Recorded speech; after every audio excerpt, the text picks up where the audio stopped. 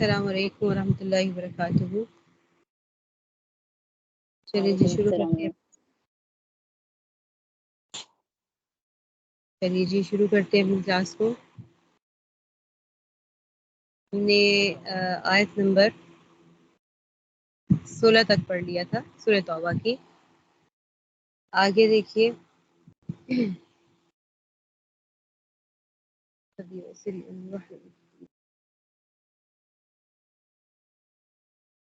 اچھا جی، اعوذ باللہ من الشیطان الرجیم، بسم اللہ الرحمن الرحیم۔ ما كان للمشرکین ان یعمروا مساجد اللہ شاہدین علی انفسهم بالکفر اولئک حبطت اعمالهم وفی النار هم خالدون۔ مشرکین اس بات کے اہل نہیں ہیں کہ وہ اللہ کی مسجدوں کو آباد کریں، حالانکہ وہ خود اپنے کفر کے گواہ بنے ہوئے ہیں۔ ان لوگوں کے تو اعمال ہی غارت ہو چکے ہیں اور دوزخ ہی میں ان کو ہمیشہ رہنا ہے۔ اب کیا تھا کہ دیکھیں مشرکین مکہ جو بھی تھا، لیکن اس بات پر فخر کرتے تھے کہ وہ مسجد حرام کے پاسبان ہیں، کہ وہ اس کی حفاظت کرتے ہیں اور اس کے پہرے دار ہیں، اور فخر محسوس کرتے تھے کہ بھئی ہم اس کے جو ہے وہ پہرے دار ہیں، ملکیت ایک حساب سے سمجھتے تھے۔ اس کی دیکھ بھال کرنا، اس کی خدمت کرنا اور تعمیر جیسے نیک کام خود سر انجام دیتے تھے، اور حلال پیسہ لگاتے تھے، جو ان کے نزدیک حلال ہوتا تھا وہ پیسہ لگا دیتے تھے۔ جیسے کہ آپ کو معلوم ہوگا کہ جو حجر اسود کی جگہ جو رہ گئی، اور نہیں حجر اسود کی نہیں، وہ جو کیا کہتے ہیں، جو ایک گول دائرہ سا بنا ہوا ہے، وہ مجھے نام یاد نہیں آ رہا، حتیم، ٹھیک ہے، حتیم جو جگہ ہے وہ بھی خانہ کعبہ کے اندر کا ہی حصہ ہے، ٹھیک ہے، لیکن پیسے حلال پیسے ختم ہو گئے تو انہوں نے حرام پیسہ نہیں لگایا، تو اتنی سی جگہ کو چھوڑ دیا۔ انہوں نے جمع کیے تھے تمام پیسے خانہ کعبہ کو بنانے کے لیے، لیکن حلال پیسے ختم ہو گئے تو اس وجہ سے انہوں نے اس حصے کو چھوڑ دیا۔ اسی لیے وہ حتیم جو گول سا جو آدھا سی بنا ہوا ہے نا، آپ نے دیکھا ہوگا، تو وہ جو علاقہ ہے، حصہ ہے، وہ اس لیے چھوڑ دیا گیا کہ وہ اس پہ حرام پیسہ نہیں لگانا تھا۔ تو یہاں تک وہ اس چیز کی تو پرواہ کرتے تھے، قدر کرتے تھے۔ جی جی I کچھ know. پوچھ Yeah. And he, what's his name? Yeah, that's what I'm telling you. He's walking. I said, why you take him? And he's saying, G oh, I wanted to see Dr. Anwar and G, this and that. He wasted so much time. آپ کی آواز نہیں آ رہی، کیا And بول رہے ہیں؟ busy, I called him and I said, look, busy, taking off. آپ کی آواز نہیں آ رہی، دوبارہ بولیے، کی آواز کٹ رہی ہے۔ آپ کو میری آواز آ رہی ہے؟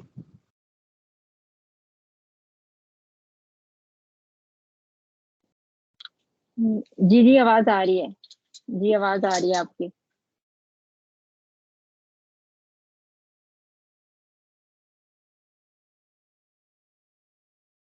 السلام علیکم، آواز آئی ہے؟ جی وعلیکم آواز آ رہی ہے السلام، آپ کو؟ جی آواز آ رہی ہے، ہاں آ رہی ہے آواز آپ کی۔ ہاں ہاں جی جی، اب آپ کی بھی آ گئی، بتائیے کیا سوال تھا؟ سوری یہ سوال نہیں تھا، وہ نا اصل میں جاب پہ ہوں، میں نے دیکھا نہیں یہ ان میوٹ ہو گیا تھا، تو وہ کسی سے جی جی بات کر رہے ٹھیک ہو گیا، خیال رکھا کریں اس چیز کا، ٹھیک ہے؟ تھے۔ تو کلاس سوری۔ چلیے کوئی بات نہیں، کوئی بات نہیں۔ تو اب میں آپ کو کیا بتا رہی تھی کہ اس طریقے سے وہ اتنی کیا کرتے تھے قدر اور پرواہ کہ بھئی اس چیز سے، اور وہ یہ بھی تھا کہ وہ کپڑوں کے ساتھ خانہ کعبہ کا طواف نہیں کرتے تھے، وہ برہنہ ہو کر، عورتیں رات کے وقت طواف کرتی تھی برہنہ ہو کے، اور مرد جو ہے وہ دن میں بھی کرتے تھے۔ کیوں؟ کیونکہ وہ کہتے تھے ہمارے جسم کے ساتھ جو کپڑا لگا ہوا ہے وہ ناپاک ہے، وہ اس قابل ہی نہیں ہے کہ ہم اس کا طواف کریں ان کپڑوں کے ساتھ، یعنی گناہوں والا لباس ہے۔ تو جہاں حد تک کر دینا، لیکن اس رب کو نہیں ماننا جس کا خانہ کعبہ ہے، جس کا کعبہ ہے، اس کو رب کعبہ کو نہیں ماننا، تو پھر ایسی عبادت سے کیا فائدہ؟ ٹھیک ہے، تو اللہ تعالیٰ یہی فرما رہے ہیں کہ وہ مشرکین جو ہیں وہ مسجدوں کو آباد کریں، اور حالانکہ وہ کفر کے گواہ بنے ہوئے، تو ایسے لوگوں کے تو اعمال ہی غارت ہو چکے نا۔ لیکن ایمان ہو تو پھر یہ خدمت اللہ کے نزدیک اور یہ عبادت اللہ کے نزدیک افضل ترین عبادت ہوگی نا۔ لیکن اللہ کے ساتھ جو شریک ٹھہرایا، تو پھر اس طرح کی کوئی عبادت اللہ کے نزدیک تو قابل قبول نہیں ہے۔ تو اب اس میں پھر آیت میں کیا بتایا گیا کہ اب ان کاموں کے لیے مسجد حرام کے قریب بھی نہیں آ سکتے۔ آگے جا کر آیت نمبر 28 میں اللہ تعالیٰ یہ حکم فرما دیں گے کہ اب ہٹ جائیں، ان کاموں سے بھی ہٹ جائیں اور مسجد حرام کے قریب بھی نہ آئیں. جب ان کو نکال دیا جزیرہ عرب سے نکال دیا گیا تو پھر کیسے خدمت. آگے کہ اللہ تعالیٰ فرماتے ہیں انما یعمر مساجد اللہ من آمن باللہ والیوم الآخر واقام الصلاة وآت الزکاة ولم یخش الا اللہ فعسى اولئک ان یکونوا من المہتدین. اللہ کی مسجدوں کو تو وہی لوگ آباد کرتے ہیں جو اللہ اور یوم آخرت پر ایمان لائے ہوں اور نماز قائم کریں اور زکوٰۃ ادا کریں اور اللہ کے سوا کسی سے نہ ڈرے. ایسے ہی لوگوں سے توقع کی ہو سکتی ہے کہ وہ صحیح راستے پہ اختیار کرنے والوں میں شامل ہوں گے. دوسری آیت بھی پڑھتی ہوں، پھر اکٹھی اس کی تفصیل ذکر کرتی ہوں. اجعلتم سقایۃ الحاج وعمارة المسجد الحرام كمن آمن بالله واليوم الآخر وجاهد في سبيل الله لا يستوون عند الله والله لا يهدي القوم الظالمين. کیا تم لوگوں نے حاجیوں کو پانی پلانے اور مسجد حرام کے آباد رکھنے کو اس شخص کے اعمال کے برابر سمجھ رکھا ہے جو اللہ اور یوم آخرت پر ایمان لے آیا ہے اور جس نے اللہ کے راستے میں جہاد کیا ہے؟ اللہ کے نزدیک یہ سب برابر نہیں ہو سکتے اور اللہ ظالم لوگوں کو منزل مقصود تک نہیں پہنچاتا.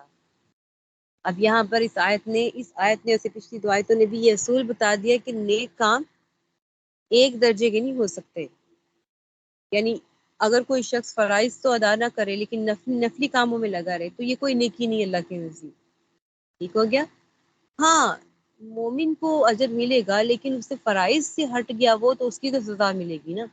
تو یہ جو حاجیوں کو پانی پلانا ہے اور مسجد الحرام کی جو ہے وہ خیال رکھنا ہے، حفاظت کرنا ہے، نگرانی کرنا ہے، بے شک یہ بہت نیک کام ہے لیکن یہ جو بھی اتنا بڑا کام ہے وہ نفلی حیثیت رکھتا ہے. اور مسجد حرام کی دیکھ بھال بھی بعض حیثیتوں سے جو ہے وہ فرض کفایہ ہے، یعنی کوئی بھی کر دے گا سب کے اوپر سے فرض ہٹ جائے گا، اور بعض حیثیت سے یہ نفلی عبادت ہے. تو اس کے مقابلے میں اگر ایمان انسان کی نجات کے لیے ہوگا تو اس نے کوئی بھی ایسا نفلی کام نہیں کیا ہوگا، اس کے پاس فقط ایمان کی طاقت ہے، اللہ پر یقین ہے اور اللہ کی عبادت کرتا ہے، تو پھر وہ جنت پہ جائے گا اور اس کو اس کا ثواب بھی ملے گا، اس کے اس اعمال کا، اس نماز پہ بھی اس کو اجر مل رہا ہے. ٹھیک ہو گیا؟ اور جہاد بھی دیکھ لیں، کبھی فرض عین ہو جاتا ہے اور کبھی جہاد بھی فرض عین کبھی بن جاتا ہے اور کبھی یہ فرض کفایہ ہوتا ہے.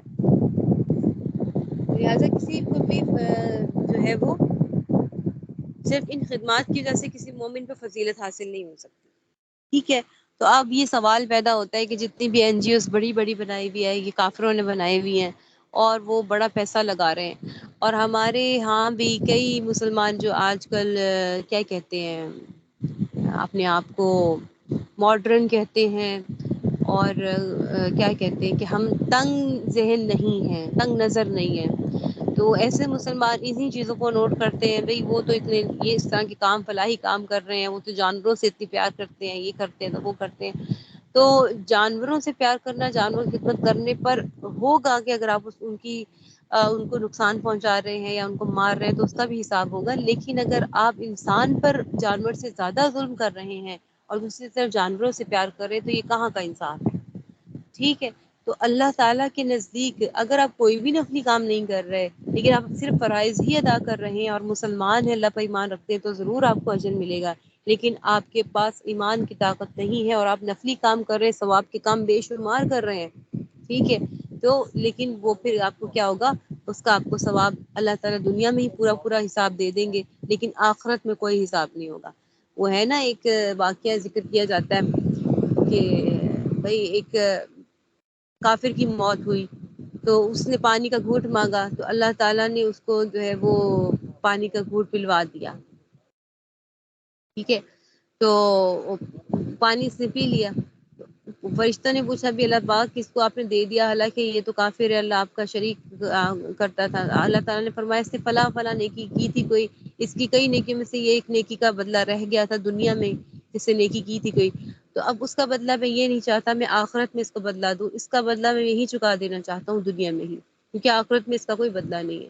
پھر اسی طریقے سے ایک اللہ والے کی وفات ہوئی تو اس نے بھی خواہش کی، لیکن اس کی خواہش تک پہنچتے یعنی پانی کی گلاس ہے کچھ بھی وہ ہاتھ سے چھوٹ گیا، گر گیا اور اس بندے کی، اللہ والے کی موت ہو گئی۔ تو فرشتوں نے پوچھا اللہ پاک یہ تو اتنا نیک تھا، اللہ پہ ایمان رکھنے والا تھا، تو اس کو تو آپ مطلب اس کو یہ اس کی آخری خواہش تھی ہے جو بھی تھی تو اس کو پورا کر فرما دیتے۔ تو اللہ تعالیٰ نے فرمایا کہ میں نہیں چاہتا تھا کہ میرا بندہ اسی دنیا میں ہی پورا ہو جائے، اس کے بدلے اللہ تعالیٰ نے اس کے لیے آخرت میں کئی ایسی نعمتیں رکھی ہوئی ہیں، تو میں چاہتا تھا کہ وہ جنت میں جا کے ان نعمتوں کو پائے، اور اس کے بدلے تو یہ چیز ہے کہ مومن کو اللہ تعالیٰ اس کی نیکی کا بدلے ڈبل ٹرپل کر کے دیں گے۔ صدقہ ایک اگر آپ کر رہے ہیں اللہ کے راستے میں تو اس کے بارے میں قرآن میں کیا مثال آ رہی ہے کہ ایک ڈالی پر 7 بالیاں ہیں اور ان بالیوں میں 7 دانے ہیں، ان 7 دانوں میں اس طریقے سے مثال آ رہی 100 دانے ہیں، تو وہ 100 دانے کتنے بڑھ جائیں گے اگر ہم ایک صدقہ چھوٹا سا کریں گے۔ تو مسلمان ہو کر آپ صدقہ کر رہے ہیں، آپ فلاحی کام کر رہے ہیں، تو کتنا پائے کا کام ہے کہ اللہ تعالیٰ کے ہاں کتنا مقبول ہے۔ لیکن آپ ایک کفر کرتے ہوئے اور اللہ کے ساتھ شریک کر رہے ہیں اور آپ نیک اعمال کر رہے ہیں تو اللہ کے نزدیک ان کاموں کی اہمیت نہیں ہے، اللہ تعالیٰ ان کا بدلہ دنیا میں ہی ان کو چکا دیں گے۔ یہاں یہی بات ہو رہی کہ اصل بات ایمان کی تھی، اگر ایمان نہیں ہے تو پھر یہ اعمال کی کوئی حیثیت نہیں ہے۔ اسی لیے ان لوگوں کو جو یہ چیز سوچتے ہیں اور ان کے بارے میں ترس کرتے ہوئے ہے تو ترس آتا ہے کہ تو حضرت عمر فاروق رضی اللہ عنہ نے بھی ایک ترس کھایا تھا، اور یہ سورہ کہف کی آخری آیات میں ہے کہ ان کے اعمال غارت ہو جائیں گے جو ایمان نہیں لے کر آئے۔ تو وہ کہتے تھے کہ میں یہ جو عیسائی کیا کہتے ہیں جو نکل جاتے پادری، جتنے ہم تو پادری کہتے ہیں نا، جو عیسائی جو اللہ والے بن کر، اللہ والے تو کہہ نہیں سکتے ان کو، ان کے تو خدا ہی 3 ہے، کہ جنگلوں میں نکل جانا، رہبانیت اختیار کر لینا، اتنی تکلیف سہنی عبادت میں اتنے آگے بڑھ جانا کہ شادی نہیں کرنی، کسی کے ساتھ کوئی بھی ایسا معاملہ نہیں کرنا، اس حد تک وہ اپنے آپ کے پر روزے رکھ رہے ہیں تو ایسے روزے رکھ رہے ہیں دن سے لے کے رات تک، اور اپنے نفس کے پر اتنا بوجھ ڈالنا، کس کو راضی کرنے کے لیے؟ اللہ کو راضی کرنے کے لیے یا اپنے نفس کو؟ تو حضرت عمر فاروق رضی اللہ عنہ یہی افسوس کیا کرتے تھے کہ دیکھو ان کی اعمال دنیا میں ہی ان کو پورے دے دیے جائیں گے، آخرت میں ان کا کوئی حصہ نہیں ہے۔ کاش ان کو عقل ہوتی کہ یہ جتنا اپنے نفس پر ڈال رہے ہیں عبادت کا اور اس کا بوجھ ڈال رہے ہیں اور اس کا کوئی فائدہ اللہ کے نزدیک نہیں ہے۔ تو ایک ایمان اتنی بڑی طاقت ہے، اور ہمیں بحیثیت مسلمان ہونے کے فخر کرنا چاہیے اور اللہ کا شکر ادا کرنا چاہیے کہ اللہ نے ایمان کی دولت دی، پیدا ہوتے ہی ہم نے آنکھ کھولی تو ہم مسلمان تھے، یہ بہت بڑی نعمت ہے۔ اور جن کی زندگی کفر میں گزرتی ہے اور ان کو اللہ تعالیٰ ہی چاہے تو توفیق دیتے ہیں ایمان کی، تو یہی دعا کرنی چاہیے ہمیں، ہمارے ماں باپ کو، ہمارے بچوں کو، ہماری آگے نسلوں کو اللہ تعالیٰ ایمان کی حالت میں اٹھائے تاکہ قیامت، یعنی قیامت والے دن اٹھے تو ہم ایمان کے ہی کلمہ پڑھتے ہوئے ہم اٹھے۔ تو علماء کرام بھی فرماتے ہیں کہ اگر انسان کی زندگی اللہ والی ہوگی نا تو اس کا جو آخری لمحات ہیں اس کی موت بھی اسی پر ہی ہوگی۔ جو کلمہ لا الہ الا اللہ جس کا ذکر ہوگا زبان پر، اس کی مرتے ہوئے بھی کلمہ لا الہ الا اللہ جاری ہوگا۔ تو یہ ایسی زندہ مثالیں ہمارے سامنے گئی ہیں۔ تو چھوٹی نیکی کریں، صدقات کرنا ہم مسلمان کے لیے اتنا آسان ہے کہ اس سے کسی کو اچھی بات سکھا دی، بتا دی، وہ بھی صدقہ ہے۔ رستے سے پتھر ہٹا دیا، کوئی تکلیف دہ چیز ہٹا دی، وہ بھی صدقہ ہے۔ اپنے بیوی بچوں پر خرچ کرنا وہ بھی صدقہ ہے۔ تو مسلمان تو اتنی نفلی باتیں اور نہ چاہتے ہوئے بھی، یعنی اس کو ادراک ہی نہیں ہے کہ یہ نفلی عبادت ہو سکتی ہے تو وہ کر رہا ہے۔ ٹھیک ہے، 2 نفل پڑھ لو صبح کے، 4 کے پڑھ لو، آپ یہ پڑھ لو تو آپ کی تمام جوڑوں کا جو 4 نفل پڑھ لو تو جسم کی تمام جوڑ کا اللہ تعالیٰ صدقہ ادا کر دیتے۔ تو یہ کتنے پیارے پیارے اعمال ہیں مسلمان کے پاس کہ وہ اتنا سا کام کرے تو اس کا صدقہ ادا ہو جاتا ہے اور اللہ اس کو قبول کرتے ہیں۔ آگے دیکھیے، الذين آمنوا وهاجروا وجاهدوا في سبيل الله بأموالهم وأنفسهم أعظم درجة عند الله وأولئك هم الفائزون۔ جو لوگ ایمان لے آئے ہیں اور انہوں نے اللہ کے راستے میں ہجرت کی ہے اور اپنے مال اور اپنی جانوں سے جہاد کیا ہے، وہ اللہ کے نزدیک درجے میں کہیں زیادہ ہیں، اور وہی لوگ ہیں جو کامیاب ہونے والے ہیں۔ جب یہ بات پڑھتے نا اولئک هم الفائزون، کامیاب ہونے والے، تو ہمارا دیکھیں ہماری زندگی میں ہم لوگوں کا معیار کیا ہے؟ فائزون ہمارے نزدیک کیا ہے کہ جس نے اچھی ڈگری لے لی، ڈاکٹر بن گیا، انجینئر بن گیا، اچھا جی پڑھ کے چلا گیا، باہر کے ملک چلا گیا تو اور اچھا فائزون میں شامل ہو گیا، بھائی واہ جی واہ، یہ تو بہت کامیاب بندہ ہے۔ باہر کے ملک چلا گیا، اچھی نوکری کر رہا ہے، اچھا بہت اچھا ہے، ہائی اسٹینڈرڈ اس کا ہے، اور یہاں پر اس نے ڈیفینس میں گھر بھی لے لیا، وہاں پر بھی اچھا ہے، یہاں آنا جانا، 1-2 گاڑیاں اس کے پاس، اچھی سے اچھی برانڈڈ گاڑیاں، اور بڑا وہ اپنی زندگی، ہمارے نزدیک یہی ہے، یہی فائزون ہے۔ یہی کامیابی ہے. ہم یہ نہیں دیتے اللہ کے نزدیک کیا کامیابی ہے. ٹھیک ہے.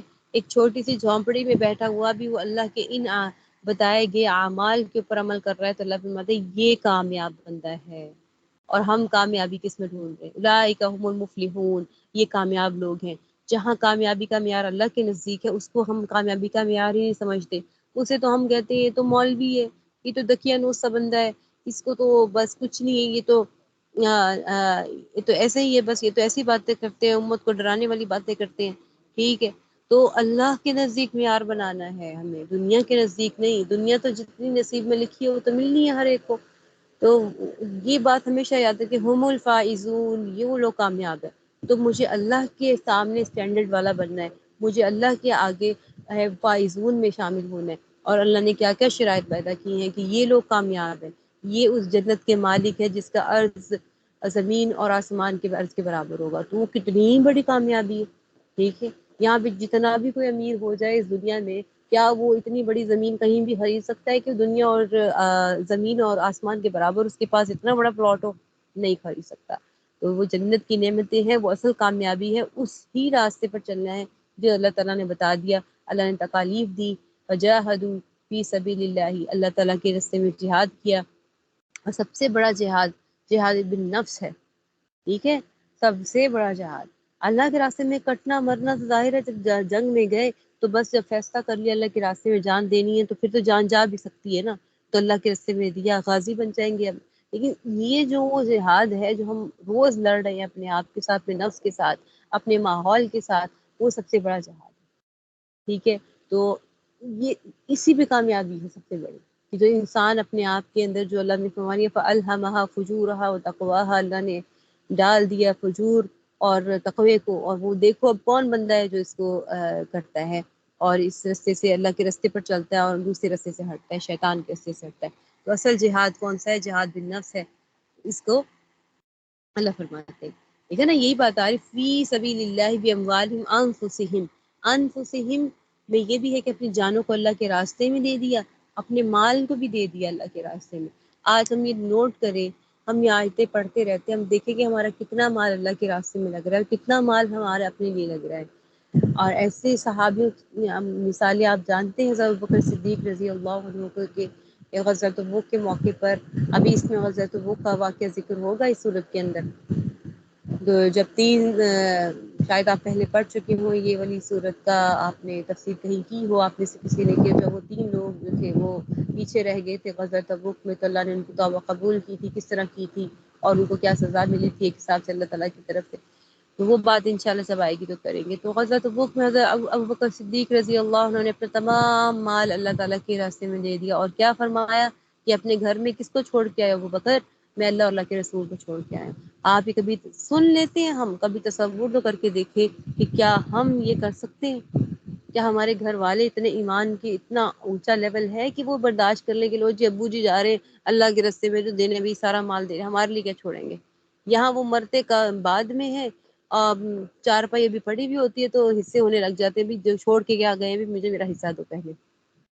تو یہ ہم نے اپنے بچوں کی تربیت کرنی ہے.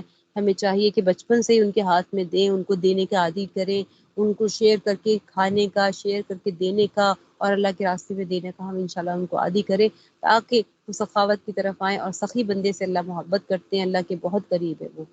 ٹھیک ہے. تو پھر اس طریقے سے اپنے مال کو دینے کی جو ہمیں پسند ہے اس کو اللہ کے راستے میں دی. لن تنالوا البر حتى تنفقوا ما تحبون، یعنی تم اس وقت تک ایمان والے نہیں ہو سکتے، تم نیکی کو نہیں پہنچ سکتے جب تک کہ تم اس چیز کو خرچ نہ کرو جو تمہیں بہت جو پسندیدہ ہے. ٹھیک ہے. تو یہ چیز ہے کہ اللہ کے راستے میں جہاد کرنا، اپنی جانوں سے بھی اور اپنے اموال سے. اعظم درجہ عند اللہ، اللہ کے نزدیک یہ سب سے عظیم درجہ ہے. اعظم صیغہ کون سا ہے؟ اس میں تفضیل کا صیغہ ہے. تو اس میں تفضیل کیا مانگتا ہے؟ کس بات کو مانتا ہے کہ سب سے اچھا درجہ اللہ کے نزدیک ہے. اولئک هم الفائزون. یبشرہم، اب ان کی اللہ تعالیٰ ان کو نعمتیں بتا رہے کہ دیکھو جو اللہ کے راستے میں یہ کام کرتے ہیں تو اللہ ان کو کیا دے گا. یبشرہم ربہم برحمت منہ ورضوان وجنات لہم فیہا نعیم مقیم. ان کا پروردگار انہیں اپنی طرف سے رحمت اور خوشنودی کی اور ایسے باغات کی خوشخبری دیتا ہے جن میں ان کے لیے دائمی نعمتیں ہیں. خالدین فیہا ابدا ان اللہ عنده اجر عظیم، وہ اس میں ہمیشہ رہیں گے، یقیناً اللہ ہی ہے جس کے پاس عظمت والا اجر موجود ہے۔ يا أيها الذين آمنوا لا تتخذوا آباءكم وإخوانكم أولياء إن استحبوا الكفر على الإيمان ومن يتولهم منكم فأولئك هم الظالمون۔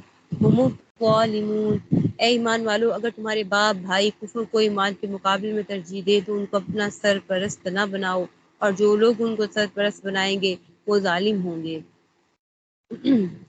اس کا مطلب کیا ہے کہ ان سے ایسے تعلقات نہ رکھو جو تمہارے لیے تمہارے دینی فرائض کی ادائیگی میں رکاوٹ بن جائیں۔ جہاں تک ہمارے ایمان کا اور دینی فرائض کا تحفظ کرنا ہے وہ سب پر لازم ہے، ان کے ساتھ تحفظ کرتے ہوئے ان کے ساتھ حسن سلوک کا تعلق رکھنا۔ ان کو قرآن کریم نے اس چیز کو بہتر مستحسن قرار دیا ہے کہ بھئی رشتے میں تعلق میں اپنے جو کافر بہن بھائی ہوں ان کو اتنا آگے نہ رکھو کہ وہ ایمان کے مقابلے میں ان کی باتوں کو ترجیح دینے لگ جاؤ۔ جہاں پر ایمان کی بات آئی وہاں پر ان کی بات ہی مانی جائے گی۔ دیکھیں، اگر ماں باپ کافر ہو، نعوذ باللہ نعوذ باللہ من ذالک، اور اولاد کو نماز سے روکے، اللہ کے راستے سے روکے، تو بس اس بات کو ان کی نہیں ماننا، باقی ان کی ویسے ہی ان کی عزت کرنی ہے اور ان کی فرما برداری کرنی ہے، وہی حکم ہے۔ ٹھیک ہے، تو دینی فرائض کا تحفظ کرتے ہوئے حسن سلوک کا تعلق کیا جائے۔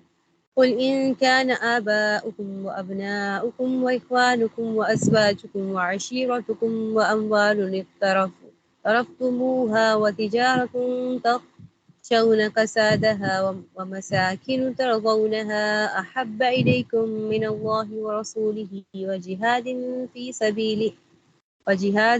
في سبيله فتربصوا حتى يأتي الله بأمره والله لا يهدي القوم الفاسقين۔ اے پیغمبر، مسلمانوں سے کہہ دو کہ اگر تمہارے باپ، تمہارے بیٹے اور تمہارے بھائی، تمہاری بیویاں اور تمہارا خاندان، اور وہ مال و دولت جو تم نے کمایا ہے اور وہ کاروبار جس کے مندہ ہونے کا تمہیں اندیشہ ہے، اور وہ رہائشی مکان جو تمہیں پسند ہیں، تمہیں اللہ اور اس کے رسول سے اور اس کے راستے میں جہاد کرنے سے زیادہ محبوب ہے، تو انتظار کرو یہاں تک کہ اللہ اپنا فیصلہ صادق فرما دے، اور اللہ نافرمان لوگوں کو منزل تک نہیں پہنچاتا۔ فیصلے سے مراد کیا ہے یہاں پہ کہ امر اللہ یاتی امر اللہ، اللہ کے فیصلہ کیا ہے یہ بتا دیا، واضح فرما دیا کہ جو ماں باپ ہے، بہن بھائی ہے، بیوی بچے، دولت ہے، گھر جائیداد، جو بھی مال تجارت ہے، جو کاروبار آپ کر رہے ہو، ہر چیز اللہ تعالیٰ کی نعمت ہے۔ لا تلہی رجال اسی میں ہی مجھے ایک آیت یاد آ رہی، رجال لا تلہیہم تجارت ولا بیع عن ذکر اللہ عن اقامت الصلاۃ و ایتاء الزکاۃ۔ سورہ نور کی آیت مبارکہ ہے۔ دیکھیے اللہ فرما رہے ہیں کہ رجال ایسے لوگ ہیں لا تلہیہم کہ ان کو نہیں روکتی کیا تجارت ولا بیع، کوئی تجارت نہ کوئی خرید و فروخت، عن ذکر اللہ، اللہ کے ذکر سے، نہ نماز پڑھنے سے ان کو روکتی ہے، نہ زکوٰۃ ادا کرنے سے۔ تو ایسے لوگ بھی ہیں، اللہ فرماتے ہیں کہ بتا رہے ہیں کہ یہ چیزیں اہم ہیں، اور کاروبار کسی کے لیے اتنا اہم ہو جاتا ہے کہ اللہ کی یاد کو بلا دیتا ہے، فرائض کو بلا دیتا ہے۔ تو اللہ کیا فرما رہے ہیں کہ تمہارے یہی ظاہر بیویاں، اولاد، یہ آزمائش ہے، ٹھیک ہے، تو یہ تمہیں اللہ کے ذکر سے دور نہ کر دے۔ نماز کا اینڈ ٹائم ہے اور بچے کو آپ کھلا رہے ہیں، بچے کے ساتھ آپ لگے ہوئے ہیں، لیکن نماز کسی طریقے سے جا رہی ہے، بہت ہو رہی ہے، تو پھر وہ اللہ نے فرمایا کہ وہ تمہارے لیے رکاوٹ بن رہے ہیں، تو اللہ تعالیٰ کی پھر عذاب کا باعث بنے گی۔ وہی جو نعمت ہے، انما اولادکم مالکم و اولادکم فتنۃ، تمہارے لیے فتنہ ہے، ٹھیک ہے، اور اس فتنے سے نکلنے کے لیے کیا ہے کہ اللہ کے راستے کو ان کو بھی لگائیں اور خود بھی لگے۔ تو یہ پھر اللہ تعالیٰ اس سے ہمیں بچائے کہ ہمارے ماں باپ، بہن بھائی، بچے، مال و دولت، کاروبار، یہ ہمیں اللہ کے ذکر سے، اللہ کی فرمان برداری سے نہ روکے۔ اللہ کی نعمت ہے، اللہ کی نعمت کے درجے میں رہے، اللہ کا کی طرف سے عذاب نہ بن کے نازل ہو۔ ٹھیک ہو گیا، تو یہیں تک اپنا سبق رکھتے ہیں۔ ایک رکوع ہمارا مکمل ہو گیا ہے، آیت نمبر 24 تک ہم نے کیا ہے، ٹھیک ہے۔ سبحانک اللہم و بحمدک، نشہد ان لا الہ الا انت، نستغفرک و نتوب الیک۔ کوئی سوال ہے تو پوچھ لیجیے۔ جی کوئی سوال ہے تو پوچھ لیجیے، نہیں ہے تو پھر ٹھیک ہے، جی ٹھیک ہے 2 سمجھ. منٹ میں بس ویٹ کیا کرتی ہوں سوال کے لیے، ایک پھر ہم جی ماشاء جی اللہ چلے ٹھیک ہے، ٹھیک بہت جزاک اچھا اللہ خیر، بہت السلام اچھا علیکم، آ رہا ہے. چلے جی چلیے، اللہ تعالیٰ آپ خوش رکھے، جزاک اللہ خیر، السلام علیکم ورحمۃ اللہ.